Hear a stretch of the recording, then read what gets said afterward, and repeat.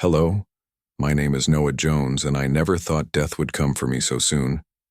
I had turned my life around, left behind the streets, the crimes, the violence. I spent years inside the church, seeking redemption, believing that I had found my way back to God. But the moment my eyes closed for the last time, I realized I was wrong. It happened so fast. One moment, I was walking home after the evening service, feeling at peace with my choices. The next, a sharp pain exploded in my chest like a bolt of fire piercing through my ribs. I collapsed, gasping for air, my vision fading. People ran to me, voices shouting in panic, but I could barely hear them. The world around me blurred, and then everything went silent. I expected to see a bright light, to feel a sense of warmth, maybe even hear angels singing. But there was none of that. Instead, I felt weightless, as if I were floating in endless space. Darkness surrounded me, stretching in every direction, so vast and empty that it swallowed every sense of time. And then suddenly I felt it, a force. It wasn't gentle, nor was it welcoming. It was heavy, suffocating, dragging me downward with an unimaginable pull. I tried to resist, but I had no control over my own movement. I was being taken somewhere deep, somewhere cold, somewhere horrifying. As I fell, screams filled the air around me. They came from everywhere and nowhere at once. Agonized, endless wails of suffering, of despair, of souls that had been trapped for what felt like eternity. A sudden suffocating heat replaced the cold, burning my skin even though I had no body to burn. It was a fire that didn't consume, only tortured. I tried to call out for help, to cry out to God, but my voice didn't come. My words were lost in the void, drowned by the symphony of horror around me. I had never felt fear like this before. It was not the fear of dying, nor the fear of pain.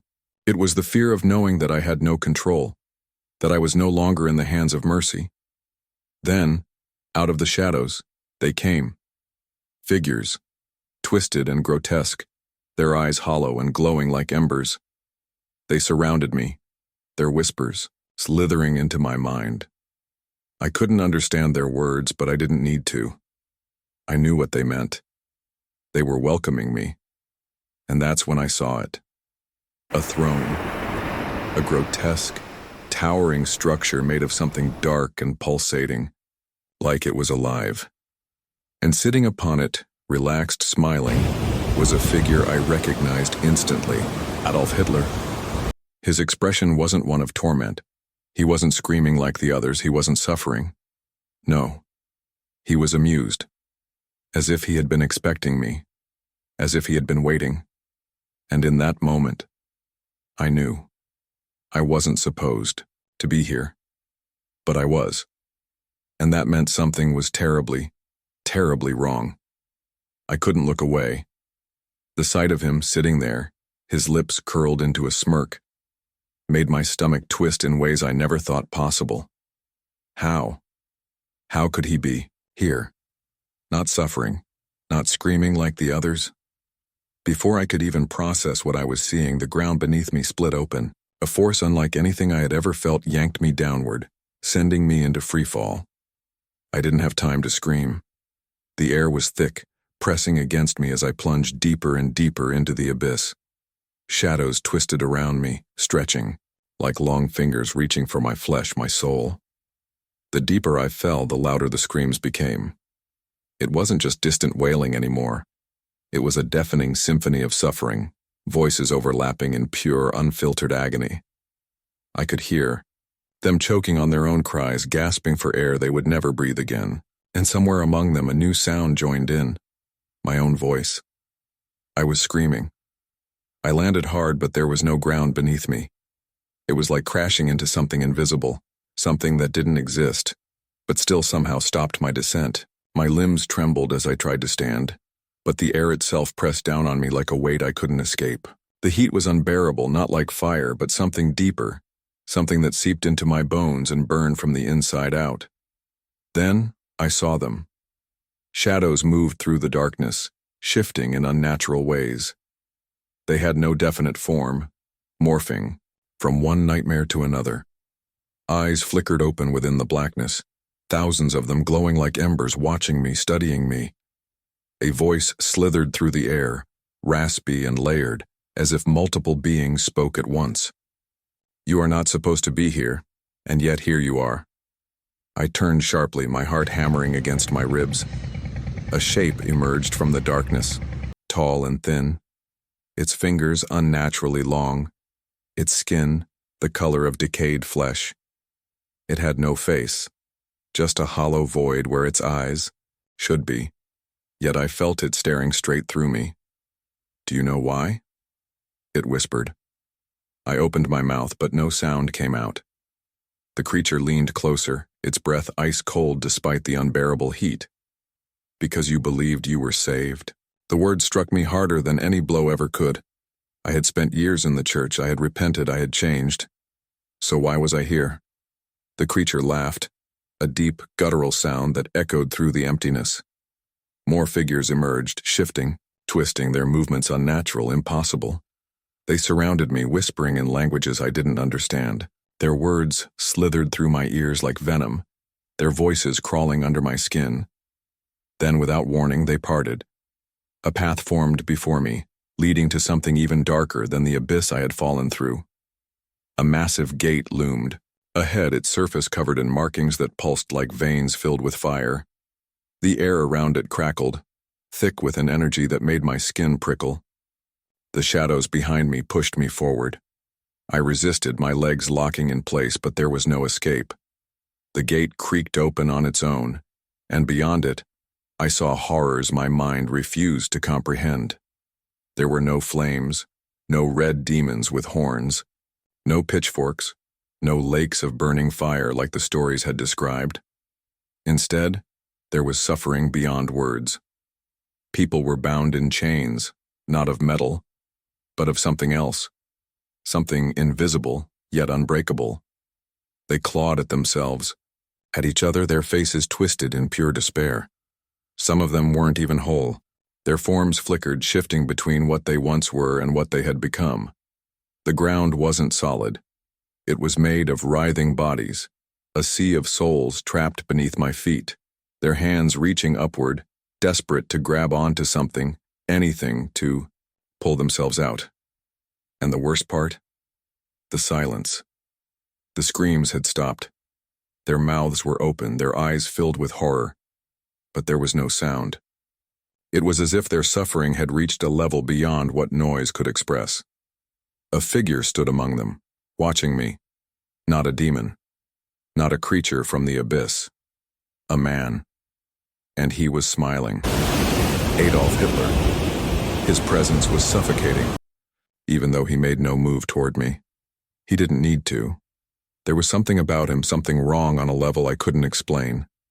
It wasn't just his face, his expression, or the eerie calm that surrounded him. It was the way the darkness bent around him as if he controlled it, as if he belonged here more than anything else ever had. I wanted to run, to turn back, to wake up, to do anything but stand there, but I couldn't move. The shadows behind me had vanished. There was no way out. And then he spoke. "Ah, another visitor." His voice was smooth, almost amused, as if this was nothing more than a game to him. "Tell me, do you know why you're here?" I couldn't answer. He took a step forward, his boots not making a single sound against the shifting ground. "Do you know why I am here?" My throat went dry. "I will tell you," he continued, his grin widening, "because history never truly dies." The darkness around him pulsed, twisting like it was alive. "You see, people think I lost. They think my ideology was destroyed, erased, buried in the past. But the truth?" He chuckled. "The truth is far more delicious." He gestured around us. "Look at them. Look at the world." For the first time I realized the souls trapped here weren't just suffering. They were watching. They were listening. And they were nodding. "They believe it too," Hitler whispered. "And soon, so will the world." A chill ran through me, deeper than the heat, deeper than the fear. Because for the first time since I had arrived here, I understood exactly what he meant. I wanted to wake up. I wanted to believe this was a nightmare, a hallucination, anything but reality. But the more I stood there, frozen in place, the more I realized the horrifying truth. This was real. Hitler stood before me, his hands clasped behind his back, his piercing eyes studying me like a predator sizing up its prey. His presence alone was suffocating, not because of fear, but because the very air around him seemed to bend to his will. He was surrounded by something unseen, something dark, something that pulsed like a living entity feeding off his existence. And he was smiling. Not the twisted, maniacal grin of a lunatic, nor the expression of a man in agony. It was a calm, calculated smile, the kind that sent chills through my spine. A smile that held knowledge, power, and, worst of all, satisfaction. "You seem troubled," he said at last, his voice smooth, unnervingly composed. I couldn't speak. My throat felt locked as if the very act of responding would seal my fate. "Tell me," he continued, taking slow, deliberate steps toward me. "What do you think hell is?" I swallowed hard. My mind screamed at me to move, to run, to do anything but stand there like a fool. But my body refused to obey. "Do you see fire?" he asked, gesturing around. "Do you see demons with horns and pitchforks? No. That is what they want you to believe. That is what makes you comfortable. The true horror of this place is far worse than flames." He turned, extending his arms as if presenting a grand stage. "Look at them." My eyes followed his gesture, and I saw the souls writhing in agony around us. Some were bound in chains made of shadows, their mouths open in silent screams. Others wandered aimlessly, their bodies flickering between past and present, trapped in an endless loop of their own torment. "They are prisoners of their own making," Hitler said, "each of them brought here by their own choices, their own beliefs. But do you know the most delicious part?" He turned back to me, his smile widening. "They still believe." A deep, sickening dread settled in my stomach. "That is why I smile," he whispered. "Because my work did not die with me. It thrives. It evolves. It becomes something greater than I ever imagined." My breathing grew ragged. I didn't want to hear this. I didn't want to understand. "You think I am defeated?" he asked, tilting his head slightly. "You think my ideology is buried in the past?" He chuckled, the sound cold and humorless. "No, my friend. It lives. It breathes. It walks among you." Images flashed before my eyes. Governments enforcing control, censorship, silencing voices, nations divided, fear used as a weapon. The world, I thought I knew, twisted and reshaped by something far greater than I had ever imagined. "They do not call it by my name," he said, "but they embrace it nonetheless. Control the masses, manipulate the truth, erase those who oppose. It is a symphony, and they play it beautifully." I shook my head, trying to deny it. "Lies," I managed to whisper. He laughed, a sound that sent a shiver through my very soul. "Lies?" he repeated. "No, my dear boy. Lies are what they tell you. Lies are the illusions they weave to make you believe you are free." He took another step forward, and the darkness around him pulsed in response. "They have learned from my mistakes," he continued. "They have refined the process. Where I was blunt, they are subtle. Where I was feared, they are trusted. And that is why they succeed where I failed." My head spun. I wanted to shut out his words, to erase them from my mind. But deep down, a terrifying part of me knew he wasn't lying. He gestured again, and the darkness around us shifted. Scenes played before me. Politicians smiling as they signed documents that stripped away freedoms. Media twisting reality into carefully crafted narratives. People willingly giving up their rights in the name of safety and unity. "They do not need war," he murmured. They do not need camps, they do not need violence, they simply need compliance. I clenched my fists. And what do you gain from this? I demanded, my voice shaking. He smiled again, but this time there was something darker behind it. Satisfaction, he said simply. Because they think they are different. They think they are better. They think they have learned from the past. And yet, he spread his arms wide. They walk the same path. Willingly. I felt like I couldn't breathe.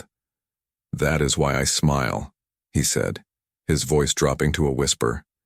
Because I have already won. The darkness around us swirled, growing thicker, suffocating.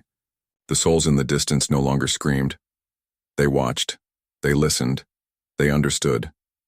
A deep, chilling realization settled over me. He was right. Not in the sense that he had won some grand battle, but in the sense that his ideas had never truly died. They had transformed, hidden behind different masks, given new names, adapted to new generations. You are afraid, he noted, amused. I swallowed hard. Good, he said. Fear is the first step to understanding. Something inside me snapped. No, I said, my voice steadier now. Understanding is the first step to change. For the first time, his expression faltered. The smile remained, but there was something else in his eyes, something I couldn't quite place. Interesting, he mused. The air grew heavier. The shadows twisted violently. I knew I had crossed a line. And then, the ground beneath me shattered. The darkness collapsed inward, and I felt myself falling again, pulled into the abyss. I reached out, grasping for something, anything, to stop my descent, but there was nothing. Nothing except his voice echoing through the void. Perhaps you are not entirely lost after all. And with that, the world around me went completely black. I fell into the darkness, my body twisting in the void as if weightless, directionless. Hitler's voice still echoed in my mind, his words drenched in a truth I refused to accept. They have learned. They have perfected my vision. And the world has embraced it without even realizing it. My descent came to an abrupt stop. I was no longer in the abyss, no longer surrounded by the tormented souls. Instead, I found myself standing in a vast, dark hall, surrounded by figures lurking in the shadows. It was a gathering, not of demons, of something worse. Men and women, their faces barely visible under the dim light emanating from a massive table at the center. They whispered among themselves, their voices hushed, calculated, as if discussing the fate of the world. I couldn't make out their words, but their meaning was unmistakable. They were in control. A massive map stretched across the table, covered in strange symbols and red lines connecting cities, nations, entire continents. Stamped documents, secret agreements, names of corporations and political leaders. They felt like pieces of a sinister puzzle. My heart pounded. I recognized some of them. These were figures the entire world knew. But here in this place, their faces seemed different. Colder, more calculating. One of them, a man in a pristine suit with an expression as still as stone, pointed to a spot on the map and spoke in a monotone voice. Control is nearly complete. We are close. Another nodded slowly. Restrictions have been accepted. The people believe it is for their own good. A third smirked. Exactly as planned. Fear is the most powerful tool. The air grew heavier. I understood immediately. This wasn't just a government, not just politicians or businessmen. It was a system. One that operated in darkness. One that didn't need armies or wars to conquer. They didn't impose their rule. They made people accept it willingly. I took a step back, my breathing turning erratic. Everything was connected. The control of information, the carefully crafted narratives, the artificial crises, the promises of security in exchange for freedom. They eliminated critical thinking, discredited those who questioned the official story, and the most terrifying part, no one saw it. A low hum filled the room, and suddenly, a massive screen flickered to life on the far wall. Images flashed. Protests, riots, new laws, world. Leaders speaking of unity and global order. Their words were seductive, full of promises of a better future. And the people applauded. They didn't see the invisible chains slowly tightening around them. A cold shiver ran down my spine. Hitler was right. His ideology never died. It only changed names. They didn't need concentration camps. They didn't need soldiers marching in the streets. They controlled the minds of the people.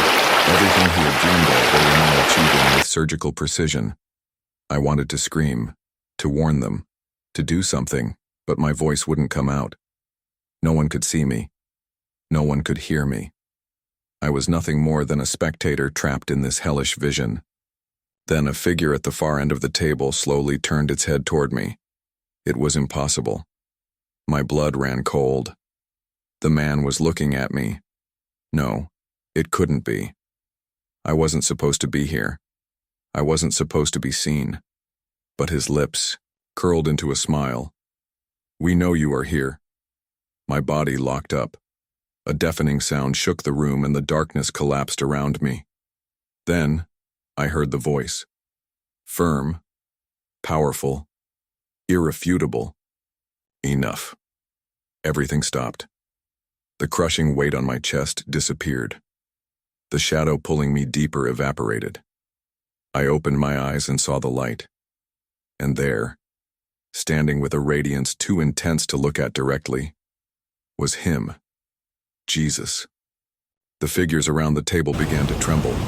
Their faces, once full of arrogance, now reflected terror. They couldn't hold his gaze. The ground quaked with an indescribable force. The walls cracked and crumbled.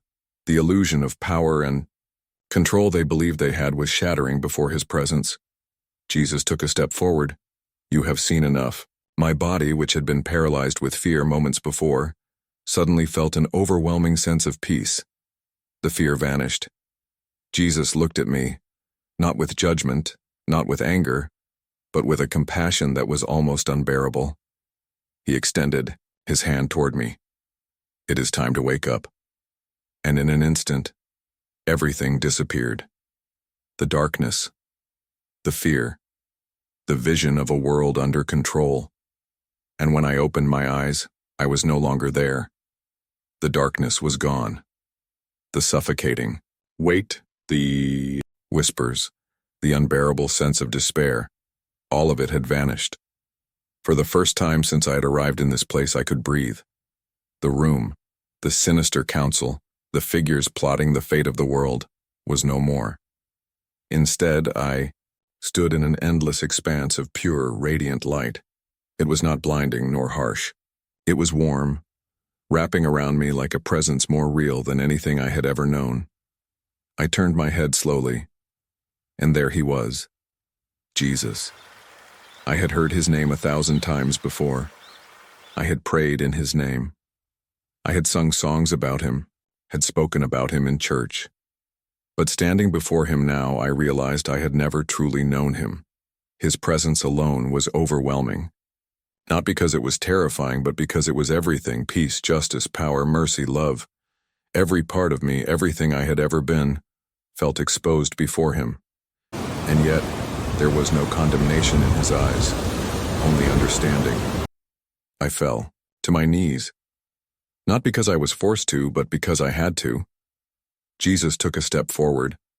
His robes shimmered like woven light, and though his face was beyond description, I could feel his expression, his focus entirely on me.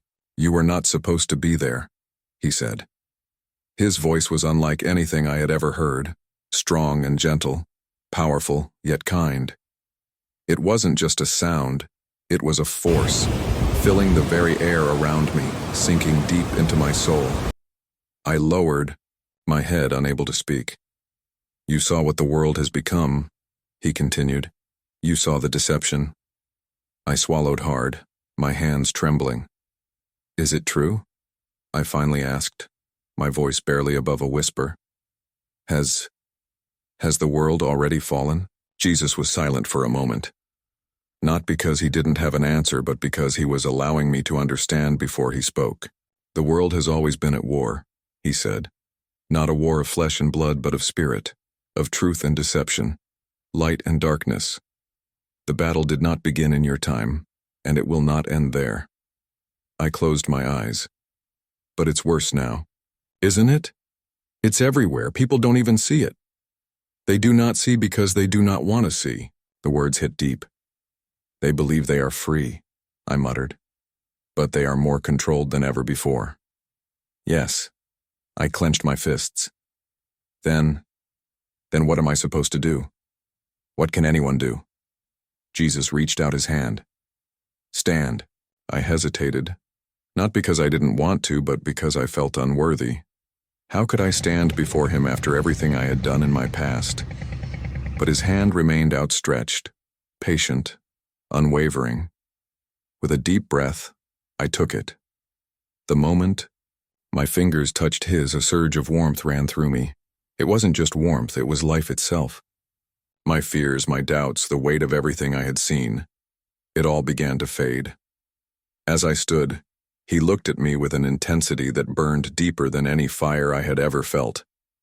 You were shown what lies beneath, he said. But you were also given a choice. A choice? Jesus nodded. You can return. You can speak. You can warn. Or you can remain silent, like so many before you. The air around us shifted. Suddenly I saw visions. Images flickering through the light like reflections on water. People throughout history who had seen the truth, who had been given glimpses of what lay beneath the surface of reality. Some had spoken out. Some had tried to warn the world. And some had remained silent. Fear, doubt, ridicule. It had silenced many before me. I swallowed, my throat dry. If I speak, will they listen? Jesus' eyes softened, but his response was firm. Some will. Many won't. I exhaled sharply. But that is not your burden to bear, he added. Your task is not to force them to see. Your task is simply to tell the truth. The words sank deep. I had spent my whole life believing in second chances. I had stood before judges, before police officers, before pastors, begging for another chance. And now I had been given one. Not for myself, but for them. I nodded slowly. I'll do it. Jesus studied me for a moment, as if searching my soul to see if my words were true. Then he smiled. The light around us intensified, and suddenly I felt a force pulling me backward. The warmth of his presence began to fade. I panicked. Wait! But before I could finish, the world around me collapsed into nothingness. Everything vanished. And then I gasped for air. The first breath felt like fire in my lungs. My body jerked, my chest heaving, my fingers gripping onto fabric. Sheets? A bed? I could hear machines beeping, voices shouting. I opened my eyes. A bright hospital light burned above me. Doctors and nurses rushed around me, their eyes wide with disbelief. He's back, someone yelled. He's back. I was alive, but everything had changed. I remembered everything, the darkness, the deception, the counsel, Hitler's words, and him, Jesus, his hand pulling me from the depths, his voice telling me that I had been given a choice, and I had made it. I had returned, and now I had a mission. I lay there gasping for air, my chest rising and falling in rapid, uneven movements. The beeping of the monitors echoed in my ears, the fluorescent hospital lights blinding after the darkness I had witnessed.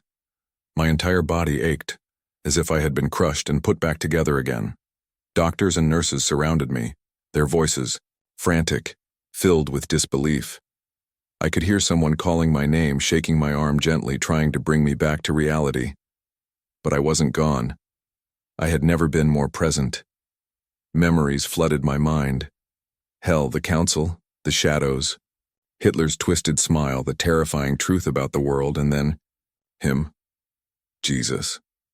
The weight of it all came crashing down, and a choked sob escaped my throat. I had died.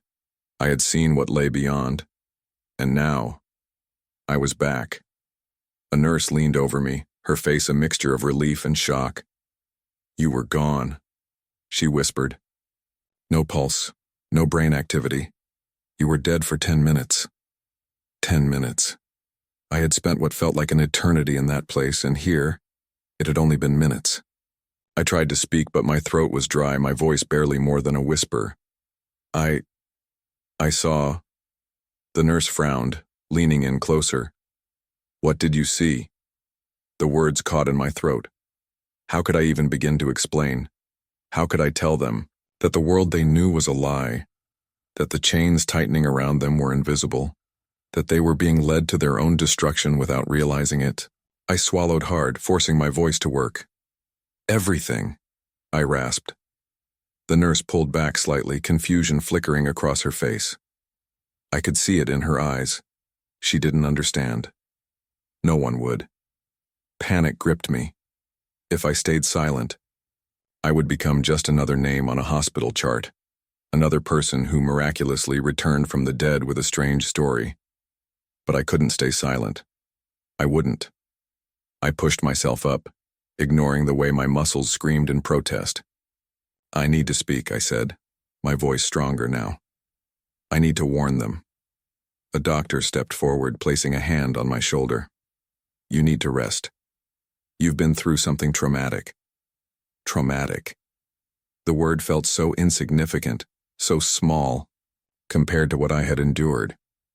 They thought I was in shock, hallucinating, experiencing some form of mental breakdown. But I knew the truth. I have to tell them, I insisted, gripping the doctor's wrist. Please, you don't understand. I saw it. I saw what's coming. The doctor exchanged a glance with the nurse, a silent conversation passing between them. They didn't believe me. Everything is under control, the doctor said gently, as if trying to soothe me.